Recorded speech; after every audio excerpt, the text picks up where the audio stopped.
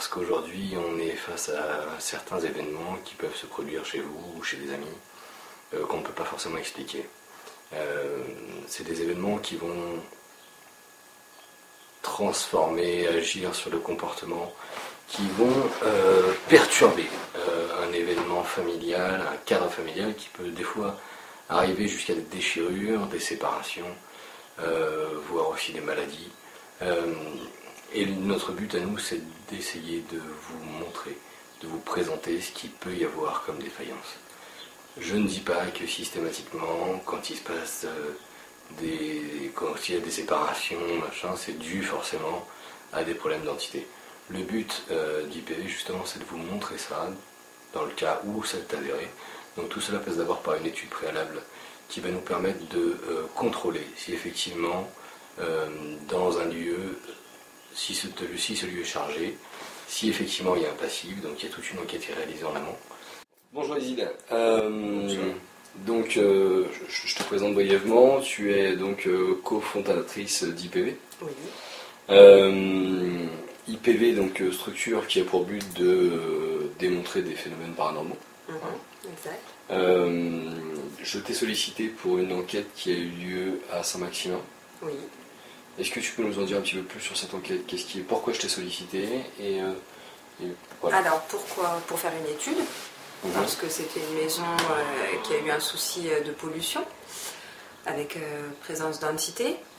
Donc j'ai fait une étude pour vérifier un petit peu ce qui se passait, si vraiment il y avait ce phénomène d'entité déjà, parce que bon, les gens ressentent des choses, mais après, voilà, c'est bien de vérifier aussi, c'est pas toujours le cas. Ça peut s'expliquer par plein d'autres choses, donc on vérifie d'abord dans un premier temps si c'est bien un phénomène d'entité. Là pour le coup c'était le cas, aussi bien dans la maison que sur la personne. D'accord. Donc il y avait une entité, deux entités? Deux entités. Une entité dans la maison, présente dans la maison, et une entité avec la personne qui a fait appel à nous. D'accord. Donc comme je l'ai résumé tout à l'heure, en fait c'était un couple qui avait besoin de nous. Avec une petite fille. Avec une petite fille en bas âge, oui. Qui voyait des choses dans la maison. Hein. Oui.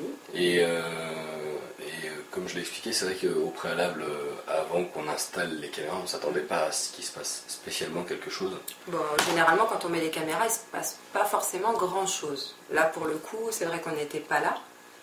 Donc, je pense que c'est pour ça aussi qu'on a quelque chose. Peut-être parce qu'on n'était pas là et que les gens ont fait leur vie comme d'habitude. C'est vrai que là, pour le coup, c'est un peu une enquête atypique parce qu'effectivement, on a toute la préparation en amont qui a été faite, c'est ça, de recherche. Et pour une fois, on a installé les caméras sans être présent.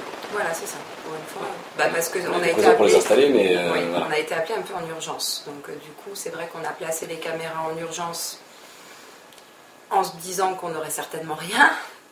Et puis bon, finalement, on a eu quand même des choses assez probantes et qui appuyaient ce qu'on avait trouvé. D'accord. Merci beaucoup. De rien.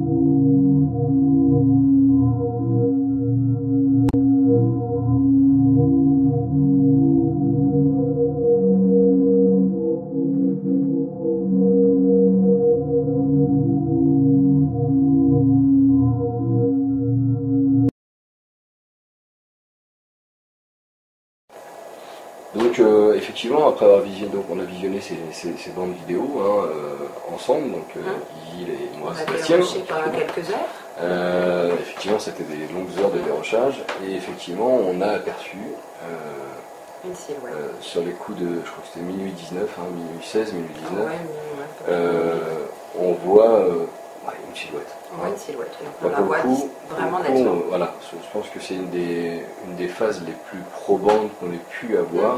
Ouais. Parce que je pense que jusqu'à maintenant, des orbes, oui, on en a un paquet, donc des déplacements, des manifestations de déplacement d'énergie. Oui. Donc on va Des positionner orbes. comme des orbes. Là, effectivement, pour le coup, on voit vraiment une. Ah, on voit une silhouette Assez distinctement, je Ouais. pense, on peut dire. qui paraît très démesurée, mais bon, ça après, je sais pas si c'est en fonction de la distance.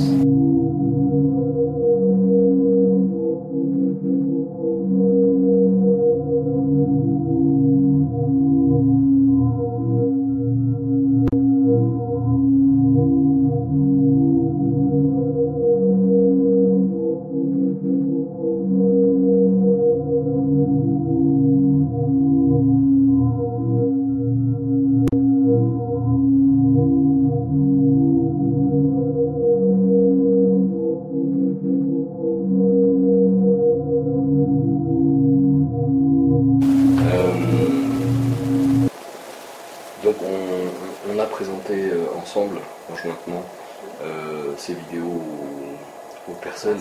Hein. Qui vivaient là. Est-ce que tu peux nous dire ce qu'ils ont pensé, ce qu'ils ont vu, Ce qu'ils ont vu, la même chose que nous, je pense, puisque voilà, on ne va pas sortir d'autres images que celles qui ont été filmées. Donc je pense que pour eux, ça a été une preuve, entre guillemets, qu'il se passait bien quelque chose chez eux, puisque c'est vrai que nous, quand on fait notre intervention, qu'on fait le nettoyage et le dégagement, moi je rentre en contact avec les entités, mais pour eux, c'est pas forcément parlant, puisque ils ne perçoivent pas ce que moi je peux percevoir, et c'est normal.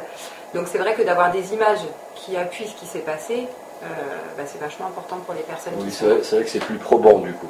Ça leur montre vraiment qu'il y avait bien quelque chose qu'ils n'ont pas rêvé, qu'ils n'ont pas rêvé tous ces bruits, tous ces phénomènes qu'ils ont pu avoir dans la maison, les soucis qu'ils ont pu rencontrer avec leur petite.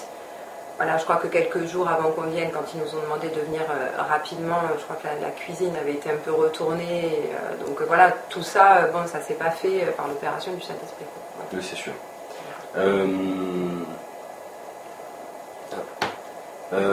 Petite chose en plus, si je ne dis pas de bêtises, elle de base est relativement sceptique en plus. Hein. C'est pas, c'est pas le genre de truc auquel elle croit du tout. Elle avait besoin de preuves. Voilà, elle avait besoin de preuves. Je pense qu'elle s'attendait à quelque chose de beaucoup plus marquant. Mais c'est vrai que pour nous, étant dans le domaine, il n'y a pas plus marquant que cette silhouette, quoi. Elle est vraiment très marquante et très visible. On la voit bien, on la distingue bien. Je pense que pour son mari, ça a été beaucoup plus choc, je pense. Elle a eu une preuve, effectivement, que voilà, il se passait bien quelque chose, tout en restant, je pense, quand même un petit peu sceptique. Elle a quand même une part un peu, voilà. Elle est entre les deux, je pense, entre le fait il se passe bien quelque chose, puisqu'à quelque part, c'est elle qui a fait appel à nous aussi. Et je pense que son mari, lui, est peut-être a été plus marqué par ces images. D'accord. Marqué à quel niveau? Pourquoi? Parce que lui de base était réceptif à ça, ou parce qu'il y croyait, qu'il n'y croyait pas? Je crois qu'il n'y croyait pas, il me semble, de base. Il me semble qu'il était un peu mitigé par rapport à ce qui se passait. Et en fait, l'intervention qu'on a faite et le fait qu'on vienne placer les caméras, je pense que c'est là où il a pris conscience qu'il se passait vraiment quelque chose dans la maison. Et quand ils sont rentrés, je crois que la cuisine était retournée, ça l'a un peu retourné lui aussi pour le coup.